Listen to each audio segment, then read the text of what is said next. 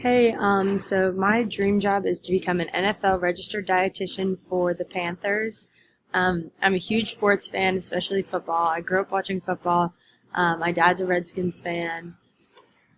I want to help athletes perform better on the field and feel good on the inside and out from either eating good and or exercising or both. I want them to enjoy the food rather than just feel like it's a chore.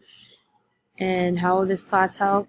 I hope that it will teach me how to communicate to my clients and athletes so that they can enjoy eating food and hopefully be able to teach them how to make healthier decisions for themselves. And then 2 to 3 action steps to help maintain this job would be for me to graduate and become a registered dietitian.